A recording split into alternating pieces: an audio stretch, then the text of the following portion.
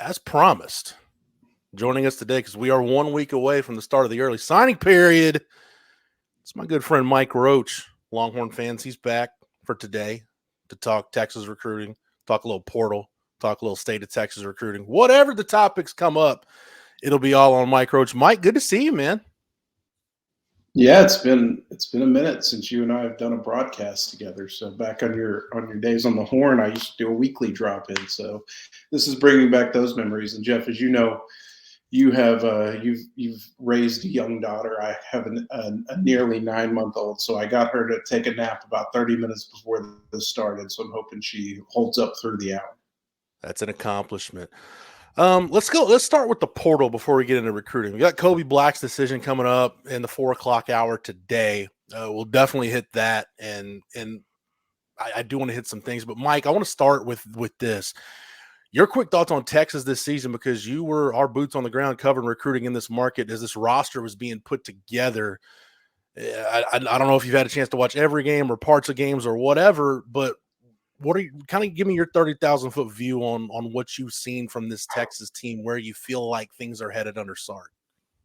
Well, I mean, they needed roster talent infusion when Sark got here, and I think that he, if you go back to Charlie Strong, right, and what he built, and you look at Tom Herman and you think, okay, Tom Herman took a step and built on top of that.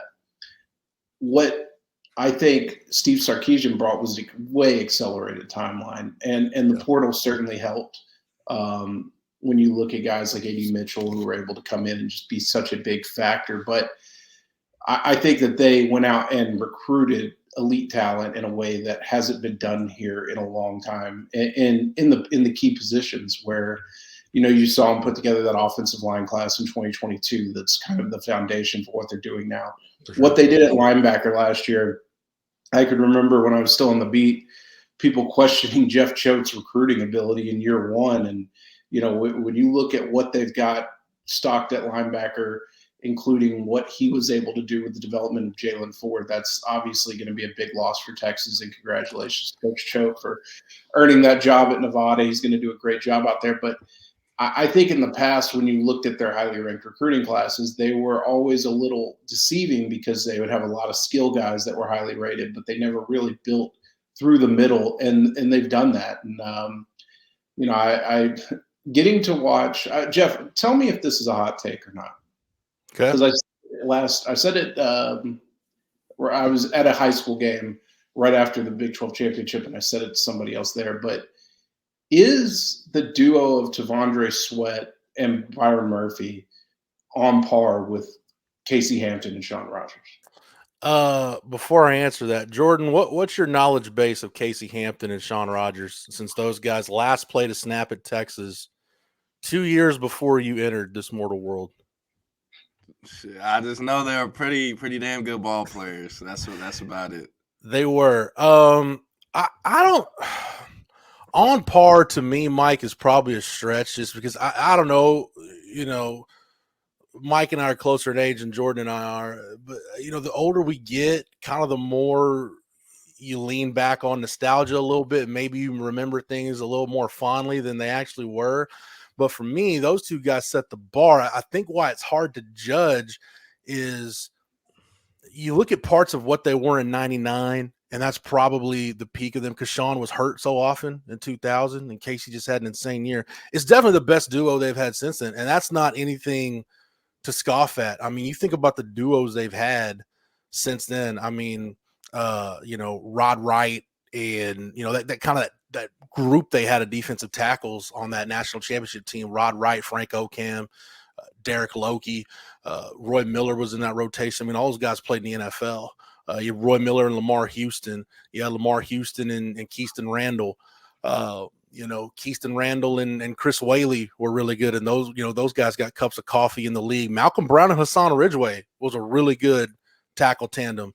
But yeah, it's by far the best. I think where I've compared them is personality wise. Byron's a lot like Casey in that it's pretty much no nonsense, no screwing around. And Mike, you know this from having been around him in recruiting, because I mean, you had a pretty good pulse on the kind of player he was going to be. Just kind of no nonsense, no screwing around. It's all business. And Tavondre, a little like Sean, is kind of the big teddy bear, can be a little bit accused for being maybe aloof at times. But once he gets locked in and decides, all right, I'm ready to just line up and get in a 3-point stance and kick your ass, it's probably what's going to happen. Those are two like personal victory laps for me, because I remember having the conversations with people on our board and other people that worked with us about Devondre Sweat when they took him, of like, well, he just doesn't look very good in high school. And I'm like, just wait until this guy's 330 pounds. He's going to be a nightmare. I said it over and over. I think everybody looked at him as a defensive end, and I'm like, no, he's going to be a 330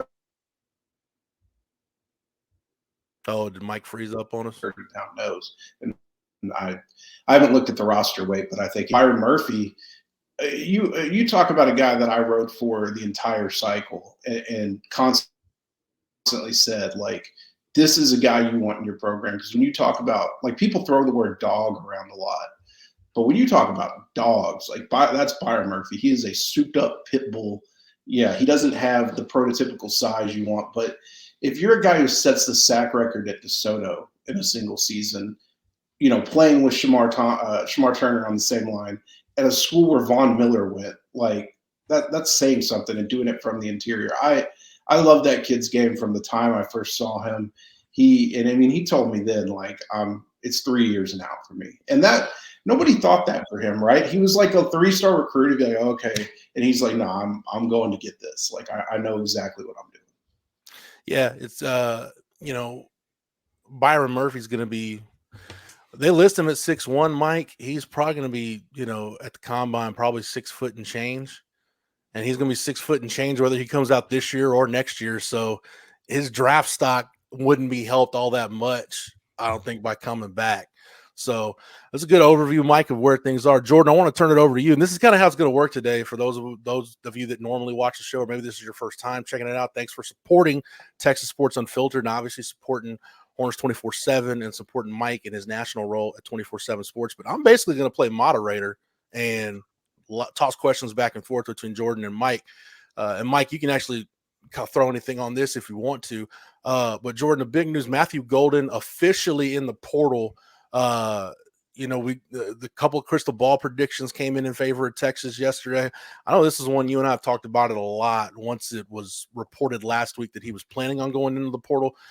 This would be a monster get for Texas. And, we've kind of been waiting to see exactly what the plan would be for Sark and company wide receiver, but I think it kind of starts with Matthew Golden now that they can actually go out and pursue him.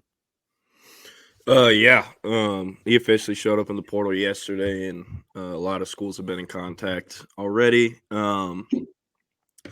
Texas is going down to Houston today, or the members of the staff are in Houston today looking at some high school guys. While they're down there, they're going to go and meet with Golden, and maybe on the Houston campus. I'm not sure exactly where it'll take place or what time, but was told last night that he'll be meeting with the Texas staff today. I was also told last night he'll be visiting Louisville this weekend. For about a week or so, I've been reporting the 5 schools to watch for him will be Texas, Georgia, almost said UT, LSU, Louisville, and believe the other was, I don't remember what the other one was. But Louisville seems to be the main competition for Texas at this point, or at least as of last night. Louisville's shown they can get really aggressive with NIL in the past. And, just like every other high-profile portal recruitment, this is going to be a pretty big or a lot of factors will depend on NIL here. And, that's not out of the ordinary at all nowadays. But, yeah, Texas is, I think, in the best spot. I don't feel quite confident enough yet to put in a crystal ball, but as of right now, I think Texas will be the eventual landing spot for him. Yeah, Louisville's got more NIL money than Colonel Sanders right now, it seems like. Mike, I've mentioned this, like Matthew Golden's a guy that the Texas staff, Sark and company, they actually pursued and they wanted. It just was kind of a wonky time with them coming in and his recruitment kind of going the way it did. Didn't really have time to form a relationship, but what's your take on Matthew Golden just as a prospect? And I think he's probably the most complete receiver in the portal, not only because of what you get on offense, but I'll mention this till I'm blue in the face.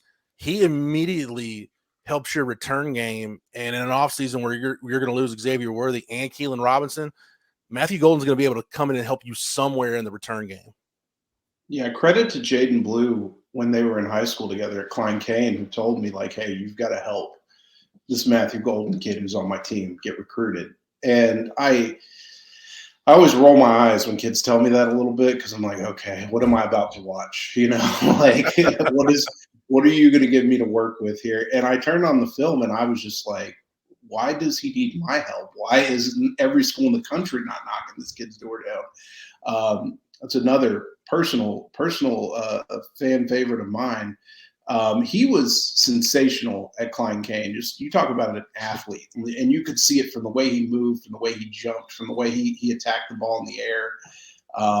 That was a guy that I think Texas bungled it a little bit the first time because he was there all of Sark's first cycle, Right. but they didn't pursue him early.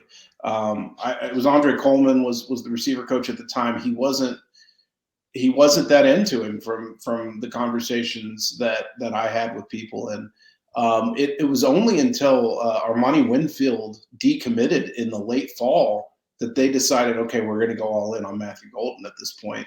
And once they went all in, there was a point where I can recall being in Missouri with my in-laws for Thanksgiving and like on the phone, getting the stink eye from my wife because I was on the phone with Matthew Golden after he had visited for whatever game they played the day after Thanksgiving, Sark's first year.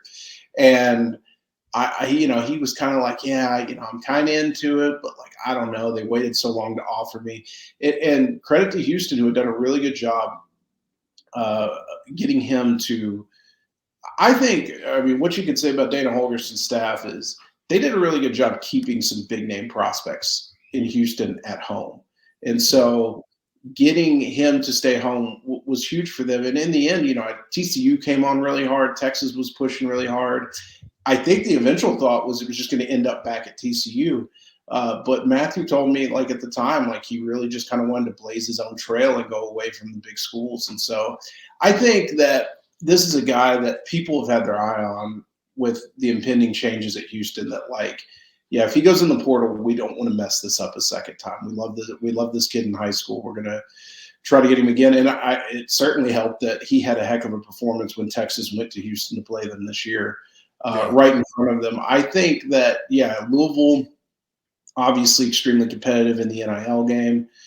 Anytime Georgia's involved, you got to worry. But like for me, I can recall a couple of years ago having a conversation with a Texas source who said, with our offense and the way we can develop receivers and get the ball to them, we're going to be in contention for the best portal receiver every single year. And that's what I think this is to them. And I can recall last year, the staff being really patient with early portal offers. There were a lot of guys who were in the portal early who were reaching out to Texas and they were just like, no, we're good.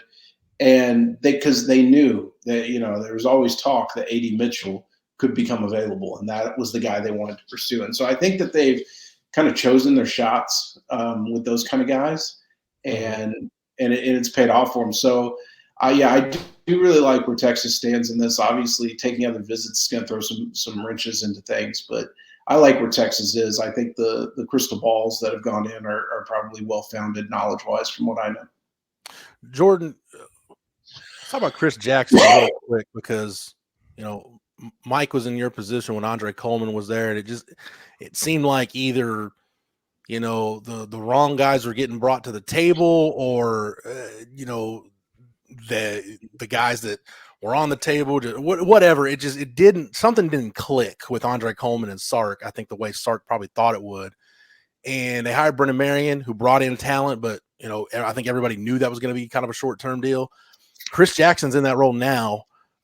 You've talked to not just guys in the 24 class, and you'll be talking to portal guys, but also guys in the 25 class. I know you just caught up with Khalik Lockett. You talked to some kids in the 26 class. What's the opinion on Chris Jackson, just how he is as a recruiter? We know he can develop guys because what he's gotten out of this receiver room this year. What's the thought of him as a developer of relationships, as a guy when he gets out on the trail? I mean, pretty much every wide receiver prospect you'll talk to that's getting recruited by Texas will tell you, like, kind of just how real he is. It's kind of a similar thing that would come up a lot with talking to, like, linebacker recruits. They would say the same thing about Jeff Choate. where he just seems like a real ass dude. You know what I mean? I know a lot of players love his NFL experience as well and coaching in the NFL with the Jaguars before coming to Texas. And that also stands out because a lot of college coaches can't offer that. And obviously, with seeing the improvements the receivers have made this year and with the room as a whole, I think kids are also starting to realize that and realize that while a lot of that's coming from experience and the program as a whole, majority of that is Chris Jackson as well. So, I think it's definitely a plus. I think we don't have a big enough sample size yet to compare him to Brennan Marion and have it be fair. But, I think we're coming up on that when it is fair to compare them and look at the different pros and cons of each. But, Chris Jackson only got here in January and he's coming up on a full year. So, but, in the year he's been there, I think I have yet to hear of any bad things. And, it'd be kind of weird reporting it if I did, but, I can say very confidently, like there's nothing bad or negative I've ever heard yet. In Chris Jackson's time at Texas. Mike, before we get to recruiting, I want to go back to a Texas roster question for you real quick. Of the guys that did not play a ton this year, that could be, Jelani McDonald, Warren Roberson, Colton Vosick, even a guy like Leonga Lafau who only plays special teams. Who's that guy that you're going to be paying attention to for reports coming out of spring practice? And you'll see something from a practice report or a scrimmage report, and you'll feel like, yeah, that's one you feel really good about. You felt good about the eval when they were coming out of high school, and you feel like they're going to be a big time player at Texas. Maybe that people aren't really honing in on right now that they just haven't seen a ton of.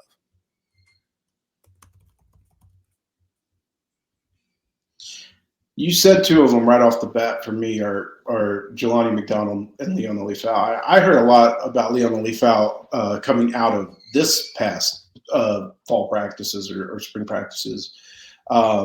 He's a guy that I think was a little undervalued, and we've seen his value a little bit on special teams. There's obviously going to be some room in that linebacker rotation, and I think he, after a year with the program, is kind of ready to step up and take that mantle. But to me, Jelani McDonald was I want to almost call it a steal for Texas, which it doesn't really make sense, but it is in the fact that they almost ran unopposed for him. I mean, in the end, TCU, who had kind of the juice later in his recruitment, decided that they were just going to take two portal guys over Jelani McDonald. Oklahoma State was kind of hemming and hawing about taking him back. And it was almost a layup for Texas. And you're talking about a Ferrari of an athlete. I mean, Jeff, you've been out to practice, just eyeball the kid and tell me, this doesn't look incredibly impressive. We saw him last year at the All-American Bowl. He was a late addition to that, and he was incredible in that game. And that when you watch the kids, and then I've had a chance since I've been on the beat to watch these two teams warm up and just get off the bus. The guys that get off the bus for Alabama and the guys that get off the bus for Georgia, that's what Jelani McDonald looks like. Yeah, I mean, he is a supercharged athlete. And when you talk about what you look for in an athlete like that, it's things like bounce and explosion. And he's got that in spades. I mean, this is a kid who was like the Waco, I think he was the Waco Papers, all basketball MVP his junior year in the playoff. He averaged 24 points a game in the playoffs at Connolly his junior year. I mean, we talk about a lot about multi-sport ability and how does that translate to the field. It's bounce, it's explosion, the ability. When you watch a guy like that on the basketball court who's punching it off of 1 foot, it's a different type of athleticism, and that does translate directly to the football field. Yeah. So for me, he's the guy I'm kind of most excited about. I really want to see him step up and get a lot more playing time. I think, again, I didn't follow Texas nearly as closely as I have in the past just because I had so many other things going on this fall, but I did try to watch most of the games. And I would guess I saw him a lot on kickoff coverage and some stuff like that. But I mean, this is a guy that I can't wait to see what he does when he's on the field, whether that be at the star position or, at safety or at linebacker or wherever they see him. Let's stick with Connolly High School. Again, I forget if Connolly's technically in Lacey Lakeview or if it's just in the Bermuda Triangle between Lacey Lakeview and Belmead. But at any rate, Jordan, you'll be there today. we've talked about it on this show. I don't know how much more I can spell it out without just saying it, but on a scale of 0 to 10, how shocked would you be if Kobe Black picked somebody other than Texas today? 10. It'd be 10. Yeah. And that's I don't like saying that very often in recruiting because, man, Mike knows this. At the end of the day, we're dealing with 16, 17, 18-year-old kids, and I've seen kids change their mind at the last minute and have coaching staffs be like, what the hell just happened? Like, we thought we had that kid. So, but yeah, it's Kobe Black. Jordan, start with you, then go to Mike. You guys have both seen him in person this year. What do you like? And Mike, do you want to take up for Andrew Ivins and Hudson Standish and Gabe Brooks and the folks on the national side for the safety corner conundrum that we seem to be stuck in? Jordan, go ahead. You go first. Yeah. The game I saw was the game, actually his final high school game of his career versus Jasper, where they kind of got donkeyed. So wasn't the best exposure for only seeing him once, but just like, man, being around at all these high school games, like guys just either have college bodies, NFL bodies, and they either got it or they don't. He definitely has the look of a guy who's going to play in the NFL for sure. And we have him listed as a safety. I know he says he's a corner, all that. He could literally play anything, and I'm pretty confident in that he would do it at a high level as well. So, but Mike's a Kobe Black guy, so I don't want to take too much of the evaluation stuff, whatever. So I'll pass it to him because he's seen him way more in person than I ever have. So he can speak on it much better than I can. Yeah, I was also at that game with Jordan, and there just wasn't a lot of room for Kobe to do much against that Jasper team. Connolly was a little hopeless on offense, and it was a run game festival for Jasper, so he wasn't getting a lot of push and coverage. I did see him last year against Springtown in a game where he had 5 touchdowns, 4 on offense, and then a pick 6 on defense. And it was funny. I was at the state 7-on-7 tournament. We were in the same hotel as Springtown, and I was talking to their defense coordinator at the bar one night in the hotel lobby. And he was just like, I just couldn't understand why we were throwing balls at the guy with an Alabama and Texas offer, and then it burned us. So he is a big play guy, absolutely. I think that two-way playing offense, playing defense lends itself to a lot of success at the next level. As for the safety corner, look, I mean, our guys on the national scouting team, right, wrong, or indifferent, if you agree with them or not, they put a ton of work into it, right? They study a lot of trends. And their job is not necessarily to project him to what he's going to play in college. Their job is to project him because we grade on an NFL draft scale. Hey, is this guy an NFL safety? And that's kind of what they think. They think that's the way the NFL is going to view him, even if he does play corner at the college level. And so it doesn't really matter. I mean, like Jordan said, this is a guy that can play your either side at corner or your field or boundary. He can play at safety. I mean, he is a ball skills through the roof. He's a ball hawk, a coverage demon. Like, he's physical enough to come up and play in the box and tackle. He's built like a dream, 6'1.5", 6'2", probably. I wouldn't get, I know Kobe I've had conversations with Kobe about, like, just don't worry about it, man. Like, just go play football. Like, what schools are recruiting you at. Like, we've got to do our job. You go do your job, and we'll see how it kind of all shakes out. Maybe when he gets drafted, and if he's an all-pro NFL corner, then he can call me or tweet at us or whatever he wants to do. I like him for what Texas likes in their boundary corner. Like, Ryan Watts now is the prototype. I think he fits there. But I think with the way teams are attacking the field now, guys, when you look at teams are more willing to take those high-risk throws over the middle of the field between the hashes. And that's kind of the one thing maybe Derek Williams can be one of these guys. We just haven't seen it enough from him. But Texas needs one of those guys. They need a ball hawk in the middle of the field for that center field safety. And, they don't have that guy right now. And a guy with ball skills like Kobe Black has, Mike, I think you hit it on the head with what little I've seen of him just on tape. What stood out to me is you got to go with those kind of ball skills. I want to put him in a position to where he can have the most opportunities to make plays on the field. And for me, that would probably be at safety. But I think he could play boundary corner. He could play nickel. he's a really, really good prospect. Mike, you on board with Jordan in terms of you'll be shocked, and we don't use that word often, if it's anybody but Texas today?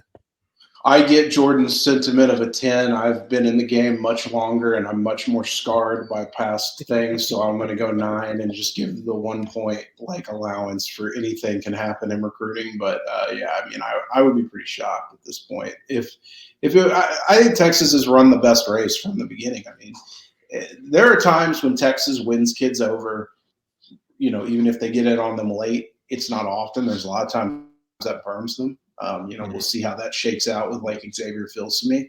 But when they're early on a kid like that, they almost always, and they really treat it like a priority from the beginning, they very rarely lose those recruitments. And so Kobe was one of those guys for them, a guy that they really set out from the beginning to land.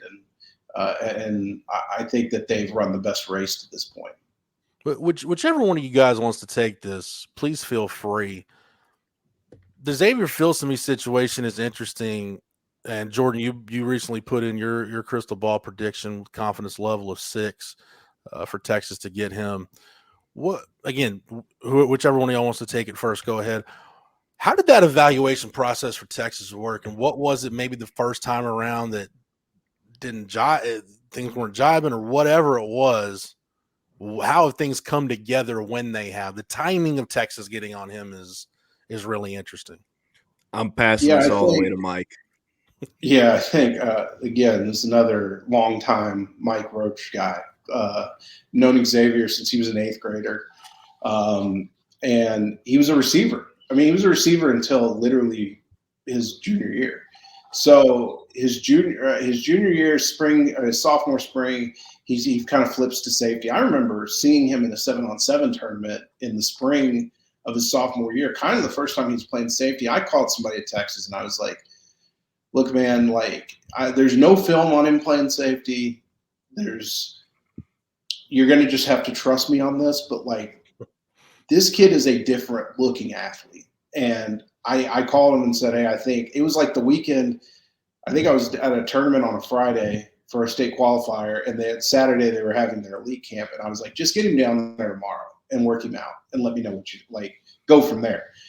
And they didn't for whatever reason. And, his first year at safety, he struggled a little bit. It was his first time playing the position, and the athleticism was there, but he didn't have the instinctive ability. He didn't have the technical ability even.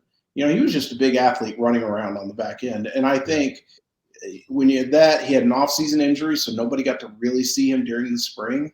A lot of those schools offered him off potential. This is a kid who was 6 foot, 6'1", whatever, 190, who runs a 10.500, who is, when you see him move, it's different. Again, it's like Jelani McDonald in a sense. And I think Texas kind of had some safety targets in mind. I think that they really would have loved to have evaluated him during the spring, but because he was recovering from a shoulder injury, they didn't get that opportunity. And I can remember I was at McKinney High School late spring. I was speaking at their recruiting seminar, and I talked to one of the coaches who said that Texas had called. Xavier was about to make his commitment to Florida at this point. Texas had called and said, hey, is it too late to get in? And they were kind of like, he's about to make his commitment. So I think they kind of circled back around after that, and were able to get him to the Red River Shootout, obviously. And then it kind of just progressed from there. They had the good fortune of things falling apart at Florida a little bit, and that certainly helped them. I don't think Florida gone out and had an 8-4 season or whatever. I don't think we'd be having this conversation. X would be totally locked in, but it gave Texas an opening. I think that they've done a good job since that time, because you have to repair a lot of the, hey, you didn't offer me early, you didn't believe in me back then type of stuff. So they're in a really good position going into this week's official visit. He'll have Florida in home tonight with Billy Napier, and their new DB coach, Will Harris, are coming in. And then I think Blake Gideon wants to get last in home before the official visit, just to make sure everything's locked up. I would say, if I don't have a crystal ball, and I think it's clear if you follow my reporting, I'm getting the most inside information from Xavier Filsaime's camp. So sometimes we trade crystal balls for those things. So read into that what you will. But I would say I would give the edge to Texas at this point going into the official visit weekend. Jordan, you riding with Mike on that, on liking where, I mean, you've already put in your crystal ball. You liking where things are with Filsaime in Texas? Oh, yeah. Riding with Mike for sure. Nice. Jordan, I'll start with you on this one. We're a week away from signing day. We talked about Kobe Black. We talked about Xavier Filsaime. There's portal guys, Trey Moore's out there. You know, we talked about the Matthew Golden thing. Texas is going down to Houston to talk with him. Give me a couple of the guys that, if you're a Texas fan following recruiting, and again, I hope Texas fans are rewired at this point to treat the December signing period like you used to treat the February signing day. So everything kind of comes to a head now, except for a handful of guys. Give me a few guys that you tell a Texas fan, hey, pay attention to this guy and what he does and where he ends up going on signing day. Well, man, Filsaime is obviously one of them. I'd say Terrence Hibbler, who's an interior D lineman from Mississippi, committed to Mississippi State. I'd say Alex Foster, the interior D lineman from Louisiana that's committed to Baylor. He could be one to watch as well.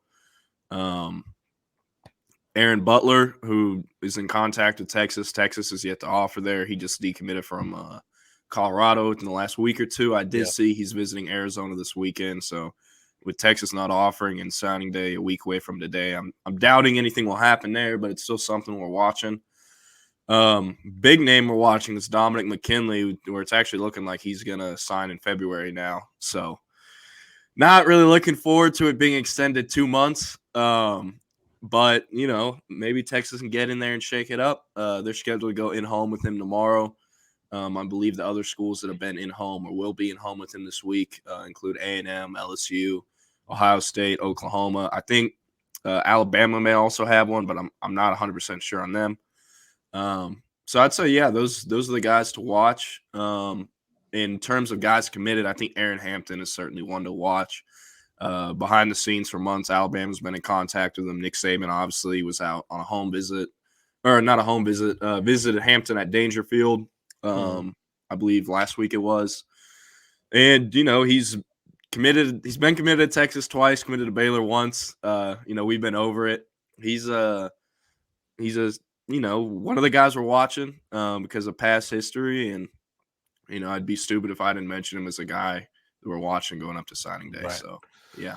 An interesting Jeff, catch. Can I just say, I'm so interested. I'm going to see Jordan all week. I'm going to get my fill of Jordan at the Texas State state championships this week. But I'm so interested to talk to Jordan next week because you and I have done it for years, so we kind of know the – but, like, this is Jordan's first signing day, like, on the big beat. Yeah. And, like, he kind of just hit on it, like, what it's like. It's like, well, this guy might – you know, we got to monitor. He doesn't have an offer, but we have to monitor him. And it's literally like operating a stovetop, and you've got 15 pots on the stove. And you may have the gravy over here, like turned on low, but you got to keep an eye on it to make sure it doesn't burn. And it's a fun experience, but it's definitely you spend a lot of time chasing things that don't necessarily matter or probably won't end up mattering. For sure. There's always, I remember back in my days when I was in the chair, Mike, you were in, Jordan, that you're in now.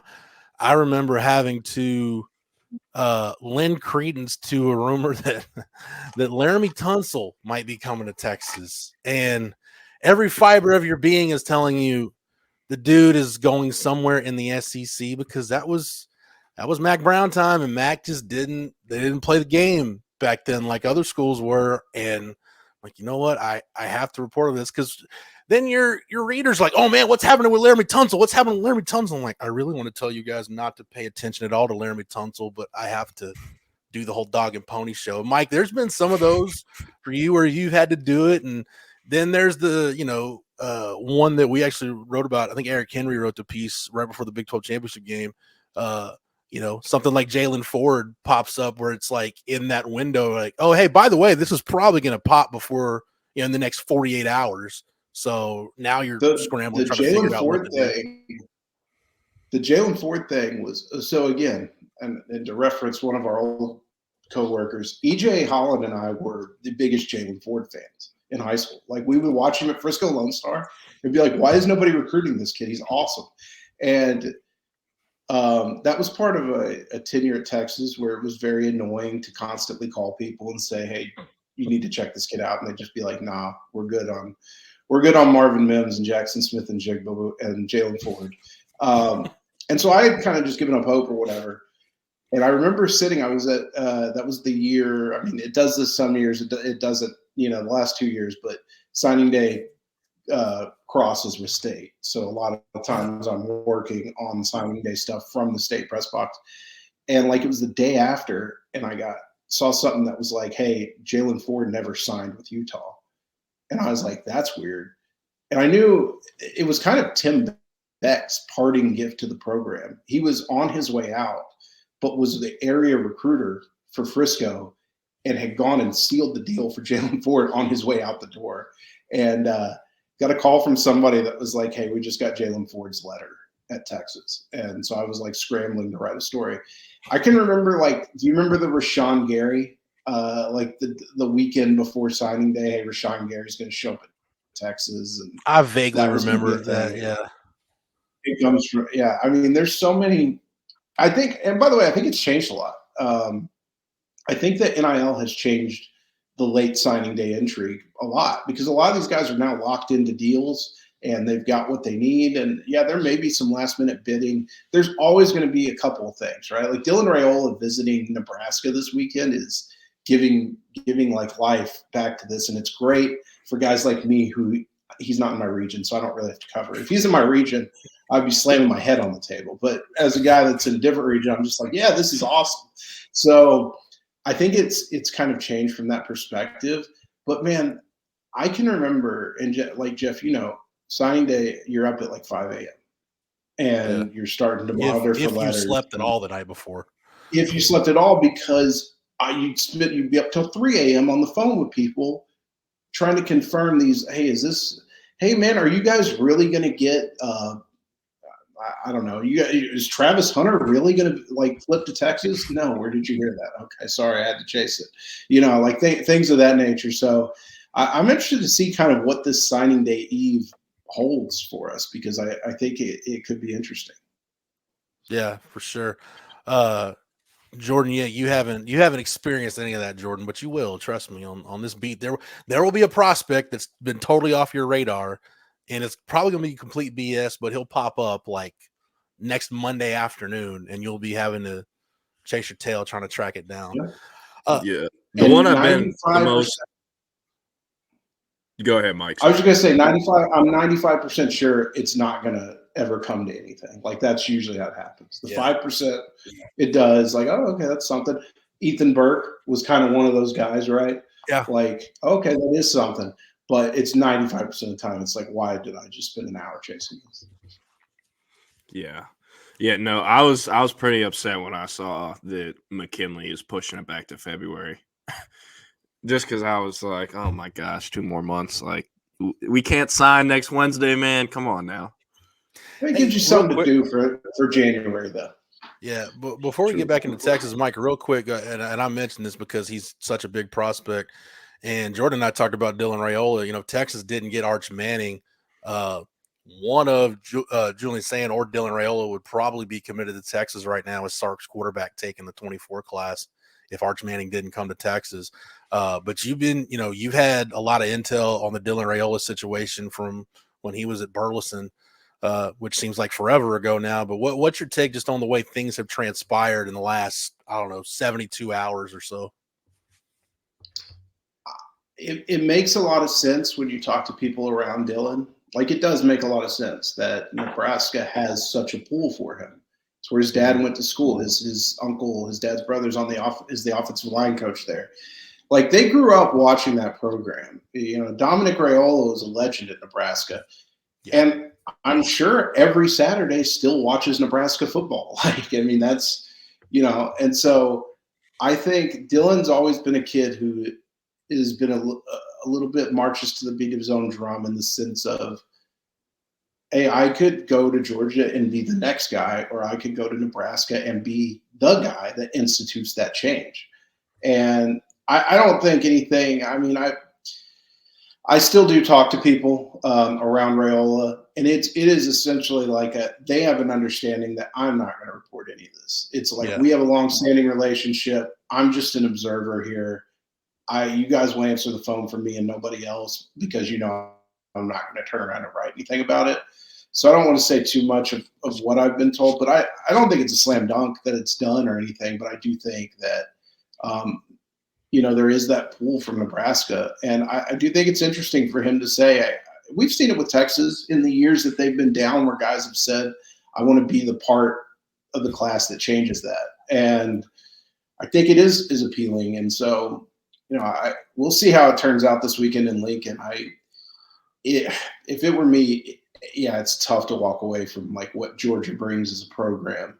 Yeah. But if you're a kid like Dylan, who's very individualistic and who a lot of self-confidence, and his dad's name's up in the stadium. So when you think about the sense of, I could go back, I could do this, and my name could be up in the stadium right next to my dad's, how cool would that be? You got to go look at that, I think. Yeah, for sure. Two things before we move on. Dylan Raiola is one of the very few, high school kids right now that can actually understands that Nebraska was really good at one point because his dad was there when Nebraska.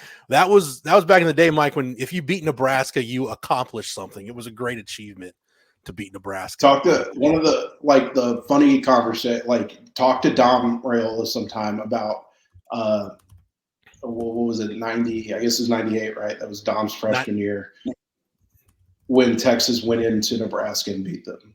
Was it 98?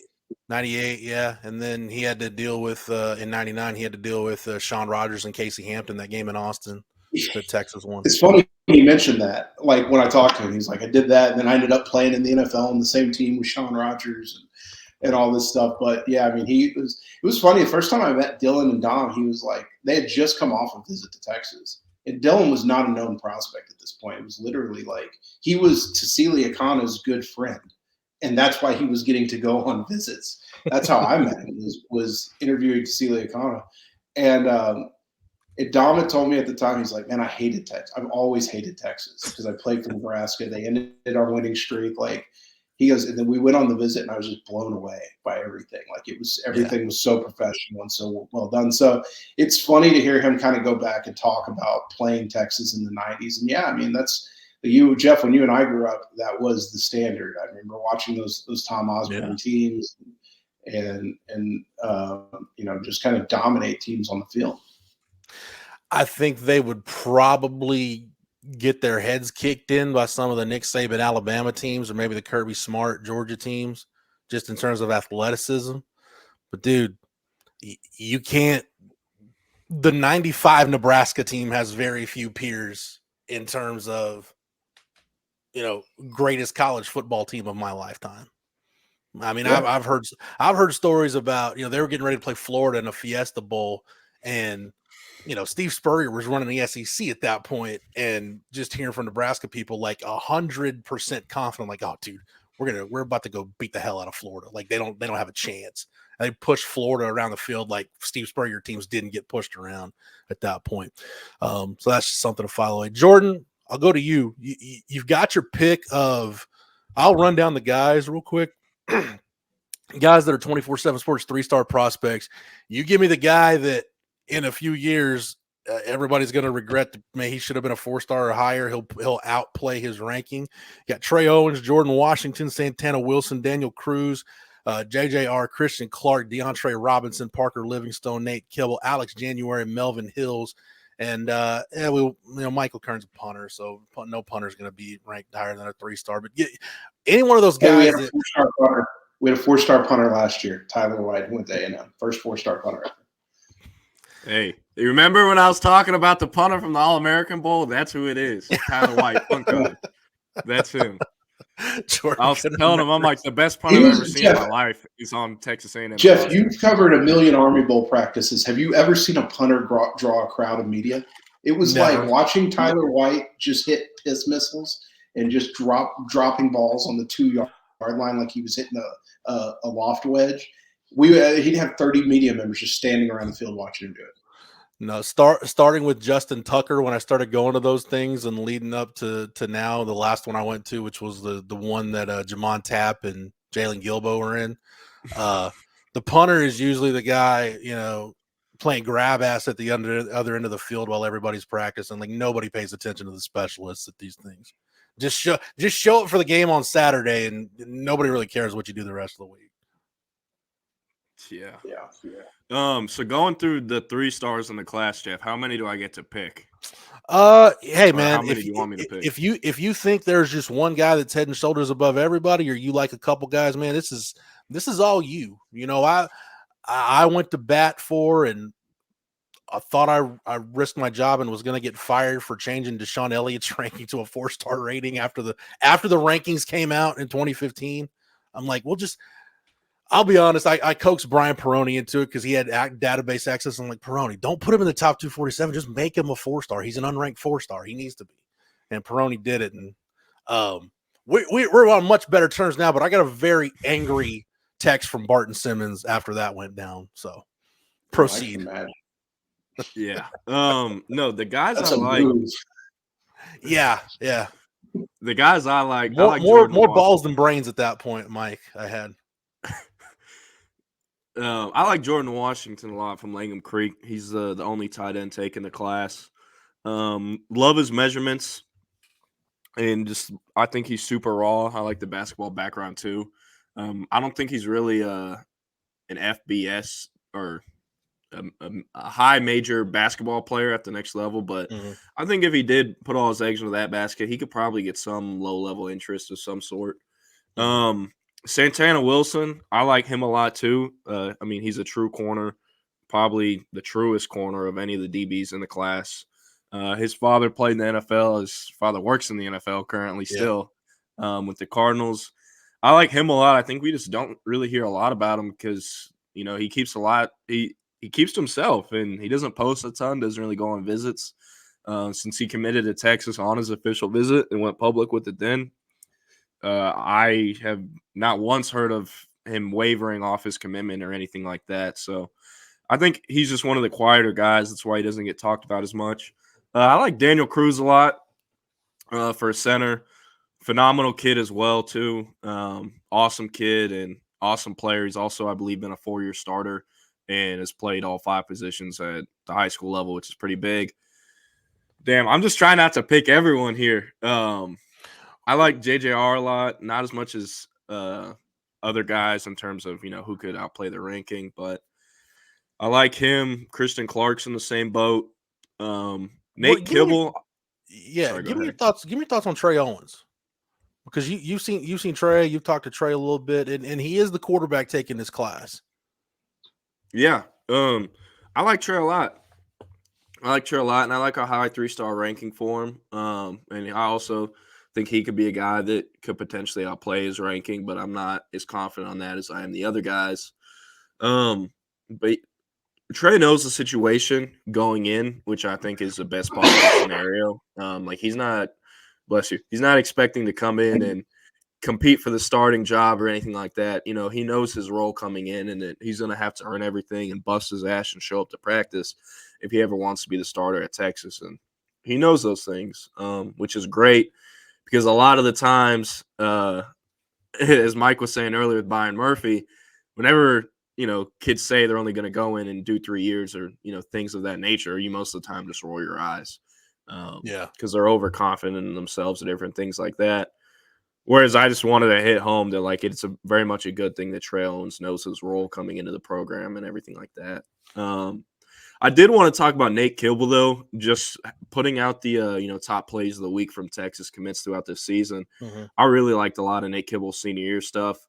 Whenever he did commit, I was somewhat surprised that they were taking him. But, he's proved me wrong and has kind of made me eat my words for that through just seeing his play as a senior.